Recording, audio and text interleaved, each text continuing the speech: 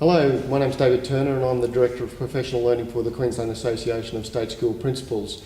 And welcome to Connections, which is a series of short conversations with professional learning partners of the Association.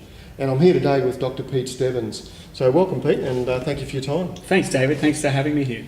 I'm really interested in hearing a little bit about your story because I hear from the field lots of positives about the work you're doing out in schools. So tell me a little bit about that.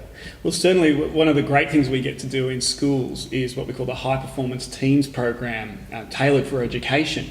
And it's this wonderful opportunity where we get to sit with schools and help all the staff, I guess, come to grips with the fact that it's a challenging environment, not just because of the really important work they do in educating students, but because of the complexities of being a large team, 30, 40, 50 people all having to work together. Often schools don't recognise that they're quite complex organisations in their own right. So they feel relieved to know that there's this whole other element that they can put attention on, and in doing so they can lift their own performance. Well, teams in particular I'm interested in today because your book, iTeams, I guess the first question is, what is it about the name, iTeams? Yeah, sorry. And of course, it's not related to iPhones and iPads, but clearly I understand the connection. What it's about is this simple idea that comes, I guess, originally from Dr Seuss of all people. And there's a classic line in the children's book about, why fit in when you were born to stand out?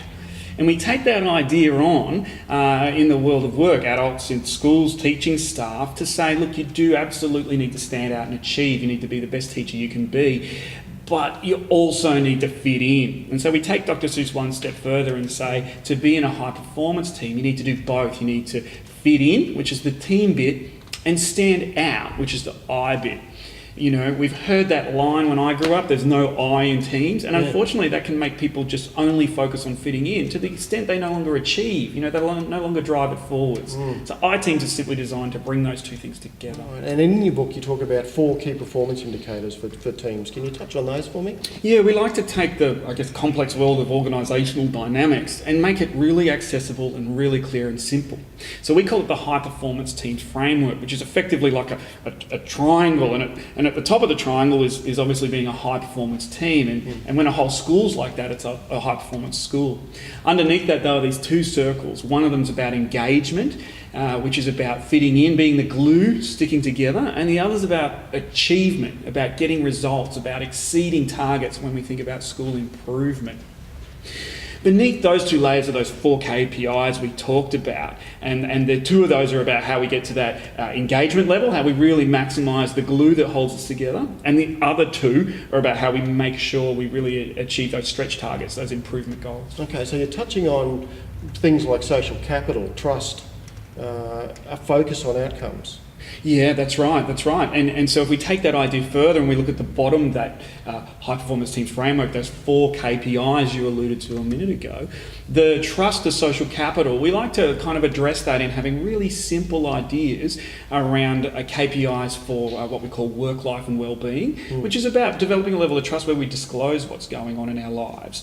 It's not about airing our dirty laundry, but it's about teams being vulnerable with each other to the extent that we can have each other's backs, and we don't misunderstand if someone's not performing properly. We don't think they're lazy. We have a bigger context. We can look after that person. Yeah, absolutely agree. And my own experience is that trust and engagement of the team's really vitally important. So tell us more. Yeah, so part of that then is the work-life wellbeing stuff that we disclose and talk to each other about. That the other part of the engagement piece is about what we call team dynamics and leveraging diversity. And that's about getting people to take the time to understand each other's personalities. Who are the introverts? Who are the extroverts? What are all the other elements of diversity and uniqueness that we bring?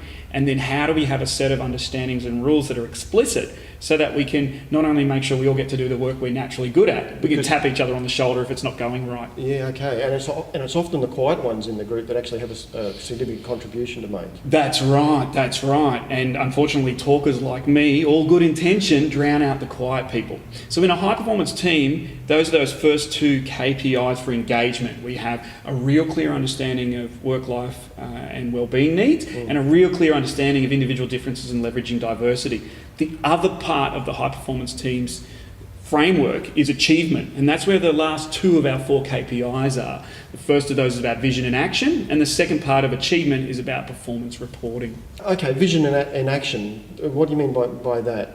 Look, it comes from the corporate world, and it's almost by way of an apology, but most school leaders know about SWP, or school-wide pedagogy, and it's that whole idea that we really have a clear vision statement, or school-wide pedagogy.